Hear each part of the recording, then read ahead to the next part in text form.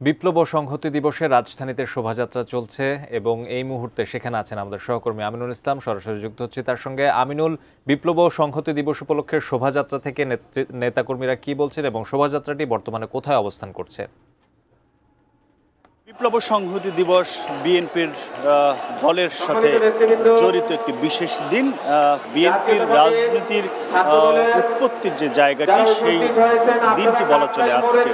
BNP রাজনৈতিক দল হিসেবে আবির্ভূত হওয়ার আগের যে প্রেক্ষাপট, তাদের দলের প্রতিষ্ঠাতা শহীদ রাষ্ট্রপতি জিয়াউর রহমান বাংলাদেশের রাজনীতিতে আগমনের যে শুরুটা, সেটি আসলে আজকের এই দিনটিকে কেন্দ্র করে। সেই কারণে বিপ্লব ও সংহতি দিবস তাদের কাছে একটি গুরুত্বপূর্ণ দিন এবং এই দিনে আমরা ইতিমধ্যেই জানি যে নানা ঘটনা প্রবাহের মধ্য দিয়ে সেই দিন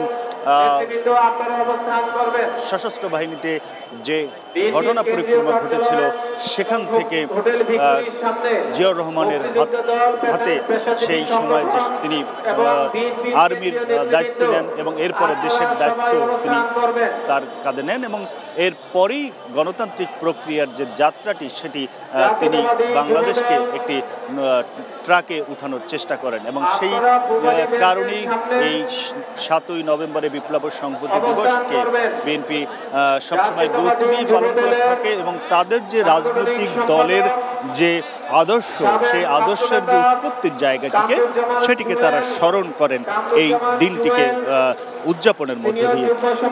আমরা জানি বিগত সময় বেশ কিছু সময় এই দিনগুলো পালন করতে বিএনপিকে বেশ কাঠখড় পোহাতে হয়েছে, নানা ধরনের সমস্যা পার করতে হয়েছে।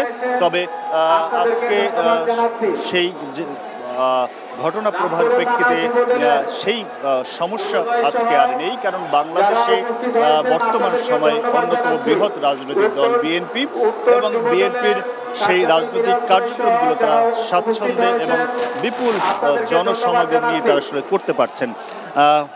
বিগত 5ই আগস্টের পরে যে প্রথম এই দিবসটি তারা পালন করেছিলেন গত বছর, সেটি তারা বেশ বড় উপস্থিতি জানান দিয়েছিলেন রাজধানীতে।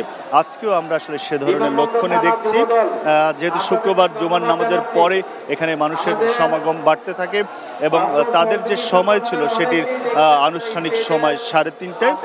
সেই হিসেবে আর কিছুক্ষণ পরে এই আয়োজনটি শুরু হওয়ার কথা, অর্থাৎ নয়াপল্টনের কেন্দ্রীয় কার্যালয়ের সামনে থেকে যে র্যালিটি হওয়ার কথা, সেই র্যালিটি শুরু হবে এবং এটি উদ্বোধন করবেন দলের মহাসচিব মির্জা ফখরুল ইসলাম আলমগীর।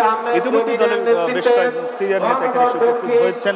দলের স্থায়ী কমিটির সদস্য ডক্টর আব্দুল মঈন খান উপস্থিত হয়েছেন, চেয়ারপারসন উপদেষ্টা আব্দুল সালাম এখানে মঞ্চে উপস্থিত হয়েছেন এবং ঢাকা মহানগর উত্তরের সভাপতি আমিনুল হক তিনিও এখানে এসেছেন। নেতাকর্মী ইতিমধ্যেই আমরা নাইটেঙ্গেল থেকে পল্টন পার হয়ে প্রায় কাকরাইল মোড় পর্যন্ত ইতিমধ্যেই নেতাকর্মীদের অবস্থান নিয়েছেন। এই র্যালিটি আজকে তারা এখান থেকে মালিবাগ যাবেন, মালিবাগ হয়ে মগবাজার হয়ে কাউরান বাজারের সার্কফরা গিয়ে শেষ করবেন। আজকে সকাল 6টা থেকেই তাদের এই 7ই নভেম্বরের বিপ্লব ও সংহতি দিবস উদযাপন শুরু হয়। প্রথম দলীয় কার্যালয়ে পতাকা উত্তোলন, এরপর তাদের দলের প্রতিষ্ঠাতা শহীদ প্রেসিডেন্ট জিয়াউর রহমানের যে কবরস্থান, সেখানে শ্রদ্ধা জানান। দলের মহাসচিবের নেতৃত্বে সিনিয়র নেতারা সেখানে ছিলেন। আজকে বিকেলে এই র্যালিটি অনুষ্ঠিত হচ্ছে। এই দিবসকে নিয়ে তারা 10 দিনের কর্মসূচি ঘোষণা করেছেন। তাদের যে বিভিন্ন অঙ্গ সংগঠন রয়েছে, মহানগরের যে উত্তর দক্ষিণ ছাত্রদল, যুবদল, সবাই আলাদা আলাদা করে বিভিন্ন কর্মসূচি পালন করবেন। তারা এই 13 তারিখ তাদের কার্যক্রম শেষ হবে এই দিবসকে নিয়ে। তো বিপ্লব ও সংহতি দিবসের আজকের র্যালি বিএনপির কিছুক্ষণ পরেই শুরু হবে।